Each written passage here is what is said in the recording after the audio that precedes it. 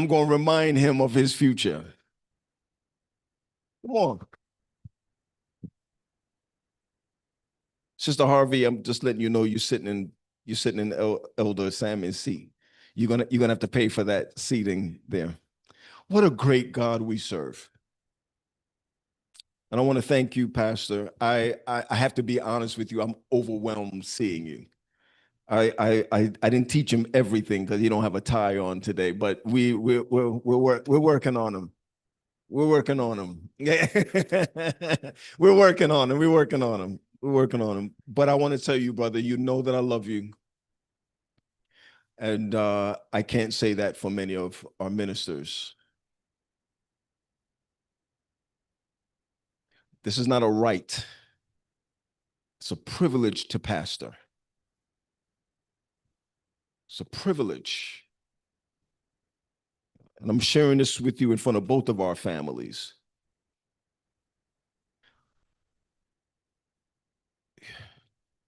That the day that you feel like you need more money, you need accolades, this is not the work for you. It's not for you. This is not entertainment. It's scary every time we walk up here. And I'm going to say this, that people rather a pastor than a preacher.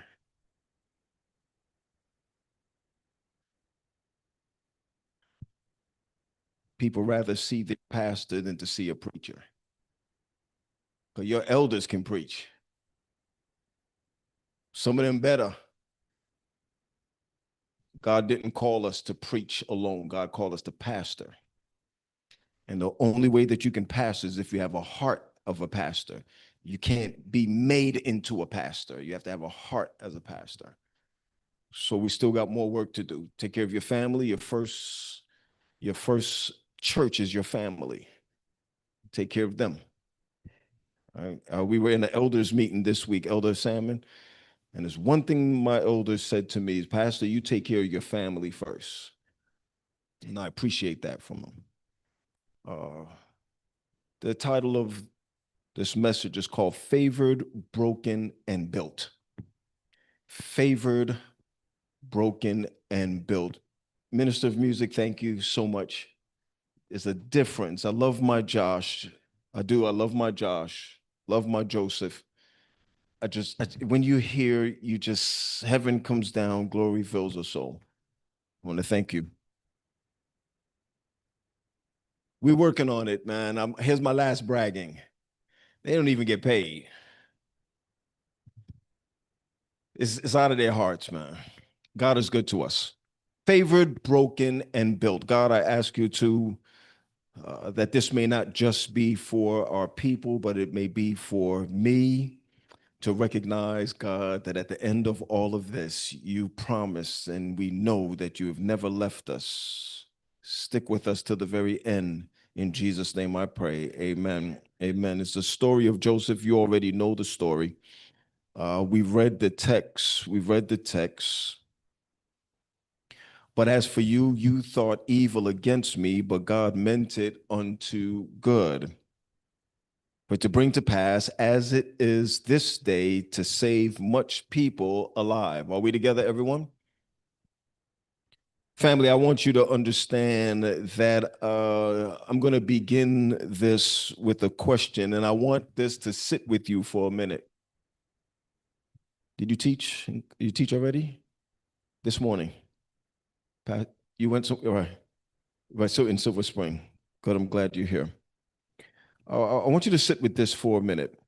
Have you ever been loved in a way that hurt you?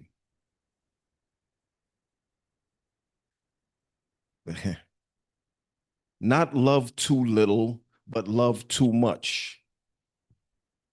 Loved in a way that made you a target. Just stay with me here. Loved in a way that set you apart before you were even ready. Loved in a way that cost friendships, that cost relationships, that cost opportunities, maybe even cost your peace of mind.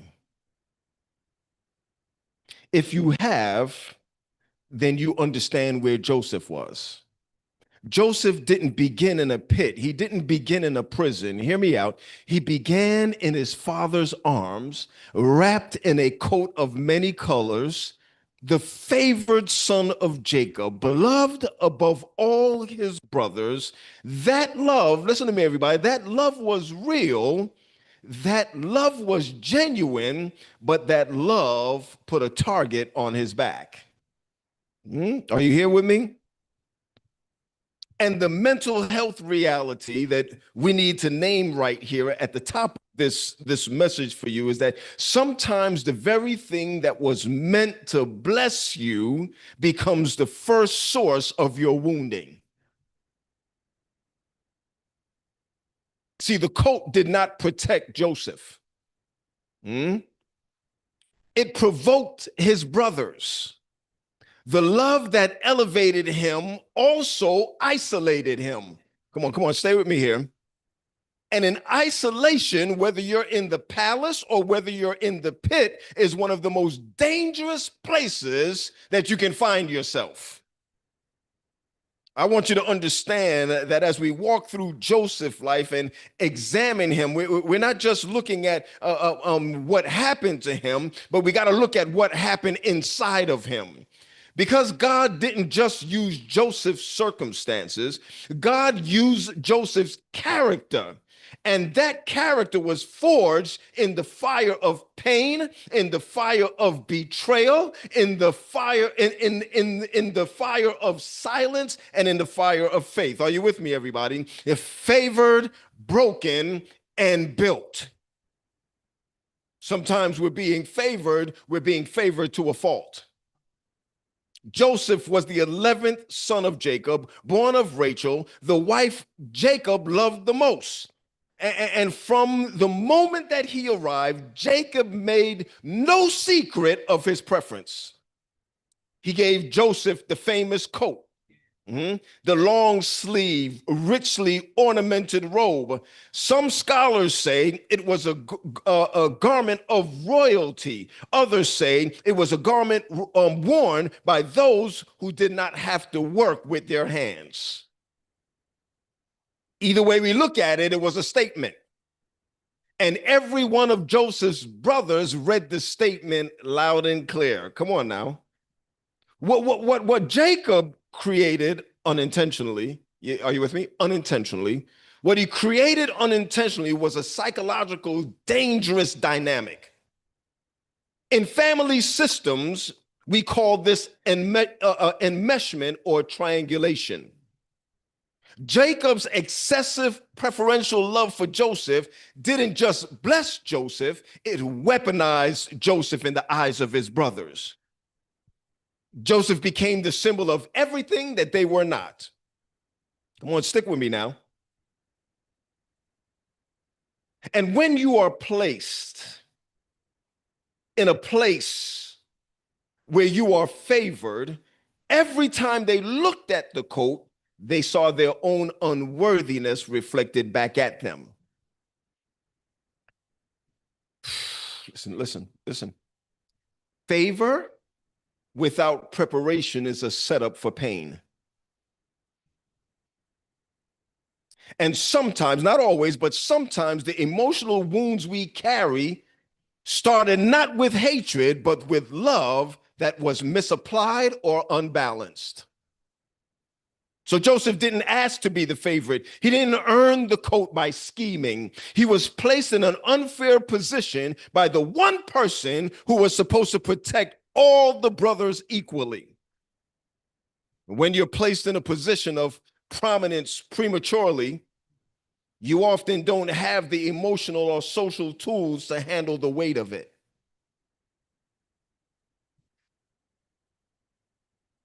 We can unload that. I want you to understand that sometimes we give people that church. It's not that they don't deserve it, but they're not ready for it. Sometimes we place people in positions of titleship. And when we place them there, we find favor of them in that titleship, but it was too heavy for them to handle. Come on, I want you to understand what we're looking at. Joseph was placed in a place where he had to now deal with the weight of being the favorite. Then Joseph made it worse. I saw Elder Barrow while we were reading the text. He started to smile as we were reading it. To make it worse, or at least less wise of him, he told his brothers his dream. I saw you, Elder. When we read that text, he looked at it like, oh boy. So to make it worse, Joseph, it says it in Genesis 37, verse 5, and Joseph dreamed the dream, and he told it to his brothers, and they hated him even more because of his dream. You still with me? I want to teach you a leadership lesson here. There's wisdom in staying quiet. Not every vision is meant to be shared immediately. Leadership wisdom also teaches, it includes knowing when to speak and knowing when to hold your peace. Y'all not hearing me? My father always says to us, he said, why you guys always, why you talk so much? I wanted to tell him that the apple don't fall so far from the tree. But I want you to understand this, that Joseph's dreams were real. They were from who, everybody? They were from God, but his timing was immature. He had the revelation without the relational trust needed to carry it. Come on, stay with me. If you have been given a vision, if you have been given a gifting, if you have been given a calling or favor, you are not obligated to announce it to everyone who surrounds you. Let God confirm it. Let character catch up to the calling. And wisdom, Salmon, as we say, wisdom protects division. Are you with me?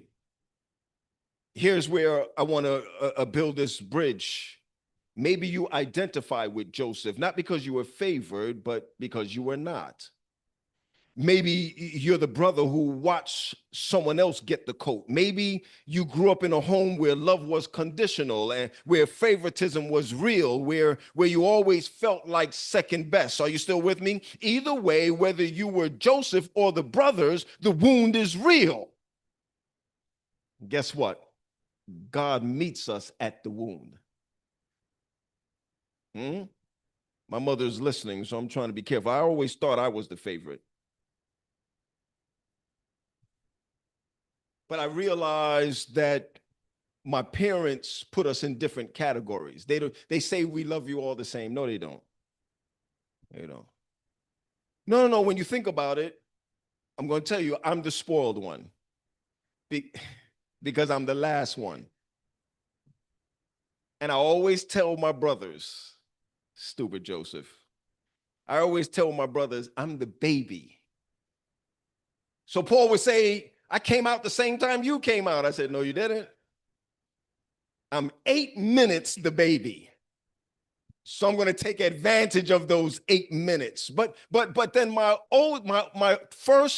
brother, the oldest one, he's the first one. So he gets babied because he's the first one.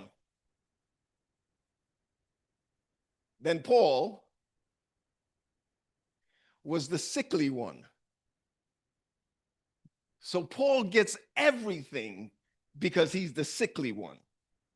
And I'm going to tell you, we got to be careful of how we name our children. I talked about this before. Because every person in here, your family gives you a name. Everybody got a name. When I went to a funeral in Florida, I heard Elder Salmon's name is Mikey. I'm not telling everybody that your family calls you Mikey, Elder Salmon, but this is the Salmon over there. Everybody has a name. Pat, what's your name? You're Junior? Junior is your name.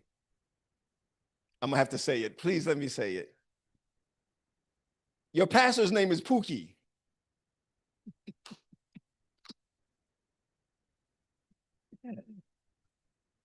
If you go back to Jersey, you go back to the Bronx, everybody know you as Pookie. I can't call you Pastor Pookie, though. I can't call you that. You're Pastor Maynard. I can't call you. Everybody has a name. Come on. Sister Anderson, what's your name? Tat. T-A-T. Where you get these names from? Who? Elder Barrows, you're Elder Barrows. Elder Barrows don't even want to say it. What's your name, Elder Barrows? What is it?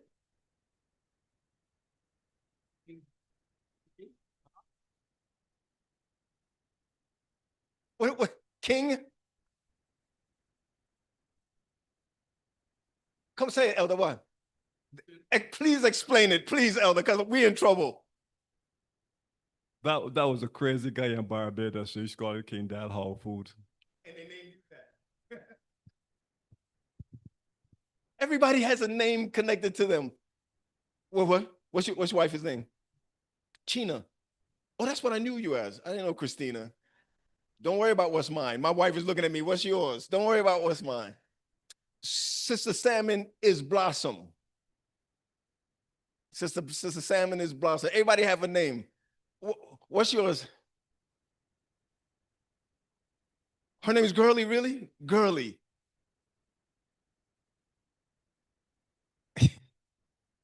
Everybody's quiet. Nobody want me to point at them to find out what their names are. Come on, what's yours? What's yours, Sister Yvette? Vetty?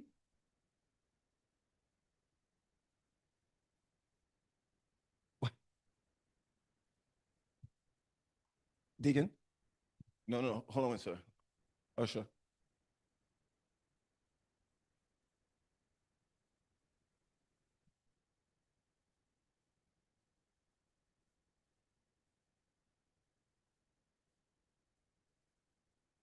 It's fine.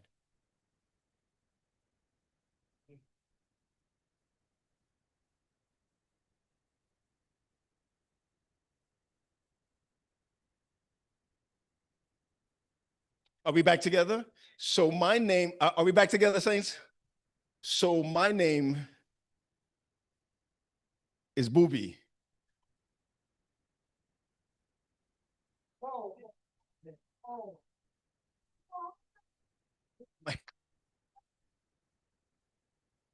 Yeah, Gary, I know, I hear you. Right? My wife made me say it out loud. My older brother's name is Googs. They call him Googs, G-O-O-G-S. I don't know where it comes from. But here's the thing. Let's get back to this. My twin brother's name is Wakless. Yes. We say Wakless, but it comes from Wakless, which English is worthless. Now imagine calling someone worthless, right? If you translate worthless. But here's the funny part. Paul, who's worthless, because asthma, scoliosis, shorter, all of this, Paul is the strongest out of the three of us.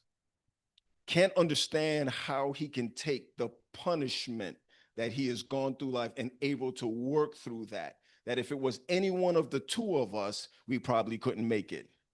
So sometimes your parents call you something in order for you to fight against it. Are you with me, everybody? So we look at Joseph where he is. I need to bring this back now. Look at Joseph where he is. And you have to understand that you get to a place where the wound is real. Anytime you go through a wounding period in your life, that's when God is closest to you. He has not abandoned us. Just think back to the worst days of your life, and we recognize that God has been with you. Are you with me, everybody? I just need to go through this. When God is building, he builds you up in the dark. He's put into a pit, empty, no water. And I want you to feel the weight of what that word means, empty. This isn't a physical description. This is the language of despair. Stay with me. An empty pit is the biblical image of desolation, abandonment, and near death.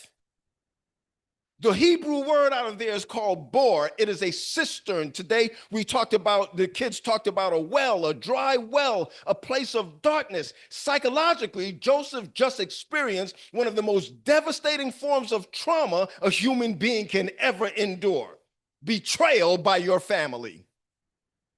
Oh, you've been there. It's okay when somebody else does something to you, but when your family has done something to you, that's something different. And not strangers. We're not talking about enemies. We're talking about brothers. The people who were supposed to carry his name sat down, get ready for this, Pastor, listen to this, sat down and ate bread while he cried in the pit.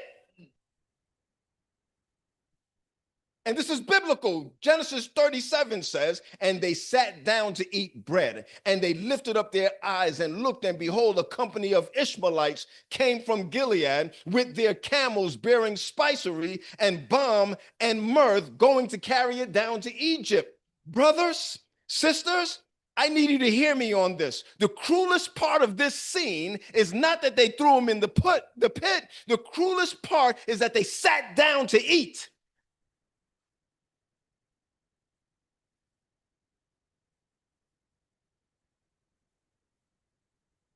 No, brother, let me fix this for you. I'm sorry, you said it out loud, I'm gonna fix it for you. It's not that they were hungry, they were comfortable enough to eat while they heard their brother crying in the pit. These are the Negroes that will bury you alive. Do you understand that if I don't like you, I'm not coming to eat with you? I can't sit down and dine with you when I got a problem with you. We got to solve that problem first. But if I can go next door as a family and we sit down and eat together, meanwhile I'm talking to you like a dog and you're eating across from me, there's something wrong with my heart. If I can sit there and fellowship with you knowing that I don't like you. Man, that's a problem right there. That's the most dangerous person that you can hang around with. And this is the image of normalized indifference. Give me a couple minutes. This is what it looks like when the people around you have desensitized themselves to your pain. I want you to imagine if they could hear him crying. And Genesis 42 and verse 21 tells us that decades later, they remembered it and they ate anyway. Man, I don't have a problem with this, but have you ever cried? No one responded. You ever been in your own pit while the world around you carried on as though nothing was going on? You ever been in darkness? And I want you to know that it's real, it's legitimate. Come on, it's a human wound, depression, abandonment, betrayal, trauma. These are not signs of weak faith. Oh, I'm losing you here. These are not signs of weak faith. They are wounds that require healing, and God does not ignore your wounds. He was sold as a slave to Potiphar, faithful in service, falsely accused by Potiphar's wife, thrown into prison for something he did not do. And at this point in Joseph's story, come on, let's count the costs. Let's count his losses. One, his coat is gone. Right? Come on. His family is gone. Am I right? His freedom is gone. Am I right? His reputation is gone. Am I right? He's in a foreign land. He speaks a different language. He has no advocate, no attorney, and no community. And yet, the text says something remarkable. It says, but the Lord was with Joseph. And Joseph showed him mercy and gave him favor in the sight of the prison. Come on, the Lord was with Joseph. It wasn't this. It wasn't not that Joseph had figured it all out. Not Joseph had prayed his way to comfort. And not Joseph had overcome his depression and was walking in victory every day. It simply said the Lord was with Joseph. In the prison, he was with him. In the dark, he was with him. Through injustice, are you with me, everybody? We have a dangerous theology, oh boy, that says that if you are hurting, something is spiritually wrong with you. I need to dismantle that for you this afternoon. Joseph did not escape the pit with a smile. He sat in prison for 2 more years after the cupbearer forgot him. We just skip all of these as we look at this scene. 2 years when the cupbearer says, I'm going to remember you. You see, you're not listening to me. You're not listening to me. Sometimes you got to wait. Sometimes you got to be in the holding pattern, because if God started your ministry any earlier, you probably wouldn't be ready. You probably would have lost your faith if you started 3 months earlier than when God had you to do it. So while you were in that pit crying, this is not for you, but take it as it is. When you're in that pit crying, when you're in there suffering, when you're watching people get picked up in the ministry that don't know nothing about ministry,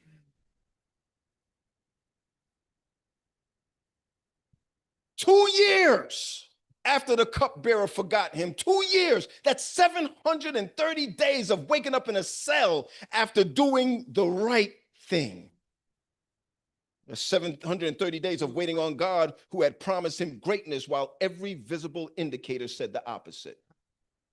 That kind of waiting can destroy a man's mind.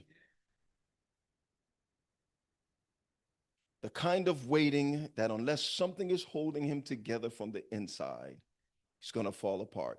Can I say something about Ellen G. White? I don't know if can I say something about her? She's not my Bible, but Ellen G. White writes in Patriarchs and Prophets, it says, in the dungeon, are you with me? In the dungeon, Joseph learned lessons of patience and humility. Come on, I'm going to come down to it, and which were essential to the right use of the exalted position that God designed he should occupy. You don't miss that. You don't even know your greatness yet. I'm not talking to you, I'm talking to all of us in here. You don't even know your greatness yet. Sometimes God allows you to go through that divorce. Sometimes God allows you to go through that pain. Sometimes God allows you to sit in that dark area, because let me tell you something. When you're on your back, there's no other place to look up than up. There's only one way. And sometimes God holds us there so that we can understand that he's still in charge. See, the problem with some of us is that our spirituality tells us that we're bigger than who we are. No. I want you to understand that when you're in that situation, it is God and God alone, whether you are not doing well or you're riding high. Saints, I've been on the mountaintop. I said, I've been there. I've been on the mountaintop. And it's bad when you come off the mountaintop. It's bad when you see somebody else on the mountaintop where you think you should be. But God puts us in the valley in order to teach us.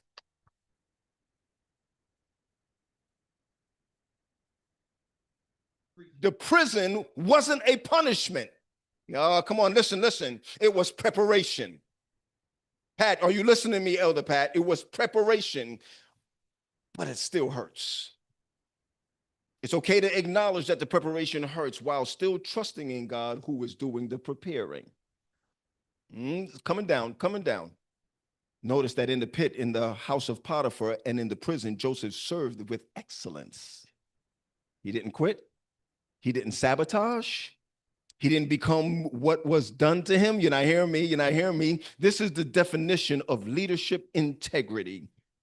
Who you are when no one is watching, when no one is rewarding you, and when no one is validating you. The question is, what kind of man are you in the dark? What kind of person are you in the dark? Because that person is the one who will show up when the light comes. Are you with me, everybody? Listen. This is I'm coming down to a close on this. And Pharaoh said unto his servants, this is Genesis 41, can we find such a one as this? A man in whom the Spirit of God is. And Pharaoh said unto Joseph, for as much as God has shown thee all this, there is none so discreet and wise as you. I want you to think about that carefully. The most powerful man in the world known was the Pharaoh of Egypt. He looked at a Hebrew prisoner, a slave. What did I say? A slave, a man who had nothing by the world's standard, and said, can we find such a one as this? A man whom the Spirit of God is, not a man with a title. Oh man, sorry, Dr. Graham. Not a man with pedigree, no last name. Not a man from the right family or the right tribe, but a man with the Spirit of God. The coat could be taken. The freedom could be taken. The reputation could be taken. The years could be taken. But what Pharaoh saw was the spirit, the presence, the wisdom. We talked about this before we started. The grace. There's one thing you can't take from me when God gives it to me is his grace. We don't deserve it, but grace. No matter what you smoke, grace. No matter what you drank, grace. No matter how you messed up in the past, grace. No matter what you stole, grace. Grace. See, we're talking about grace. You don't deserve it, but grace.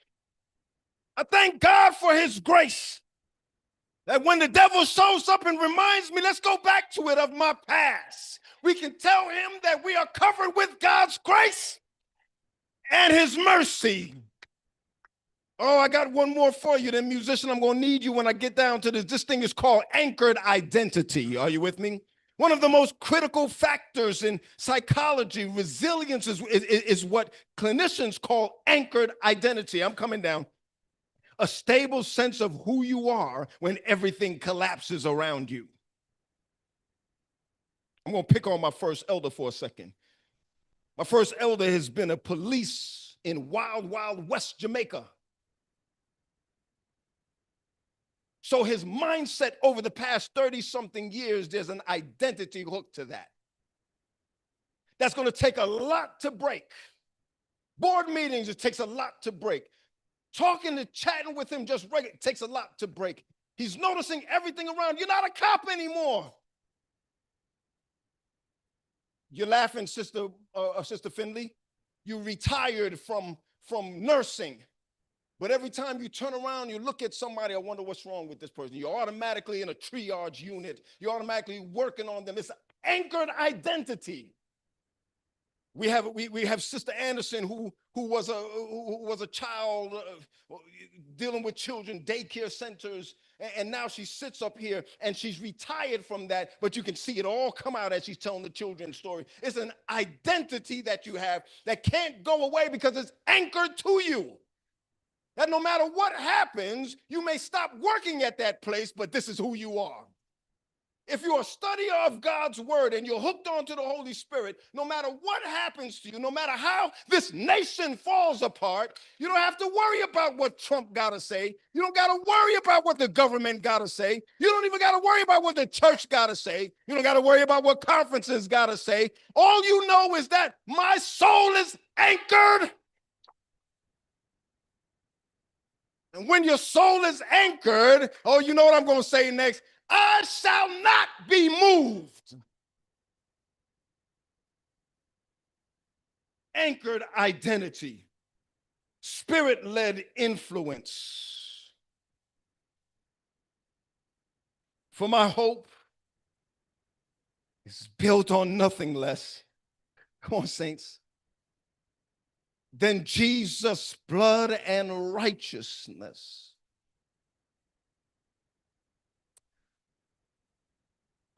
I can't finish this, but I'm going to tell you this. The same brothers walked in. They don't recognize him because they haven't been with the Lord, and he has been with the Lord.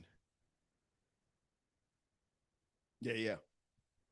When you're with the Lord, something happens to you. Because if I was Joseph, and I'm call me Brooklyn, and I'm number 2 in charge. I said, Joseph was number 2. Brother Pat, you listening to me? Joseph was number 2 under the Pharaoh. Now, when my brothers walk in after leaving me in the pit, y'all not hearing me. You're not hearing me.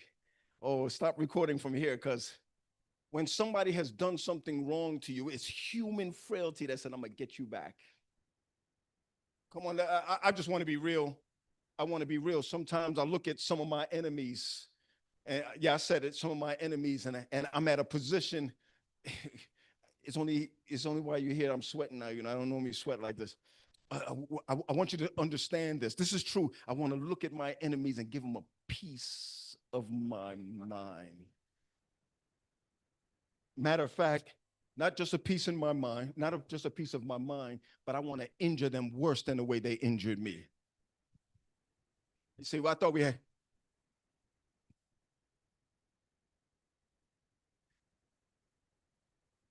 Why are you messing up this sermon? She said, but grace. The same grace God gave me is the same grace that I got to give to somebody else. His brothers walked in. We missed this in the word. I want y'all to find it. We missed this in the word. They heard him crying over them from the other room. It's in the Bible. The same crying that they heard him down in the pit. No, he's doing the same crying, but his crying is different now. He's crying because I'm now looking at joy. This is where we fools got to turn around now and help the person that did us wrong and lift up the person that did us wrong. Can you imagine the person that talked about you and you got demerits at work and all of this going on? You still turn around and give them what God gave you. Grace. Grace. The story's not about a perfect man. I was going to end different, but when I see this happen, Joseph made an altar call. Joseph made an altar call. Joseph got to the point of saying, hey, listen, bring all the family in. I can imagine when they looked at him and said, wait a minute, this is the same Joseph that we threw in the pit. He was like, yeah, but I don't know where I would have been with my pride. That's the dream fulfilled. That's the dream fulfilled. What they meant for evil. Emmanuel Worship Center, just hold on a second. My church know what I'm talking about. What people mean for evil for you, God means for good. My church understands what I'm talking about. That what you gave me, you gave me a pot of gold at my church. What God gave you, it wasn't for you to be at the big churches. It's for that church to train you. Oh, did I say something wrong? Huh? You are going to move from Emmanuel when God has finished his work in you. It's not you for them. You ain't better than them. You ain't better than them. When they come to you and say, hey, Pastor, I think you need to do a little bit better on this, don't kick them to the side. That's God showing them how to refine you. That little place they put you at in Alexandria, they don't understand that pit. And I don't say it in a bad way. Remember, we just said it. That's not punishment. We put you at the Harvard of ministry. The only way you come out fine gold is if you accept God's grace and mercy. Elders, we already know this. Baptism is a service. I don't know why we start putting things at the back end and this at the back end. It's time.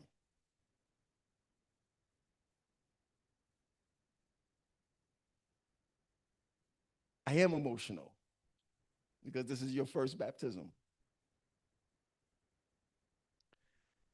And God put you in this work to baptize until you die.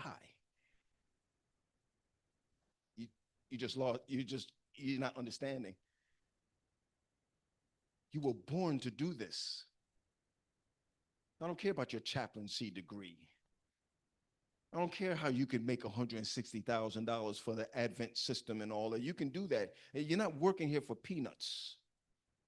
You're here because you're called to do this. That's it.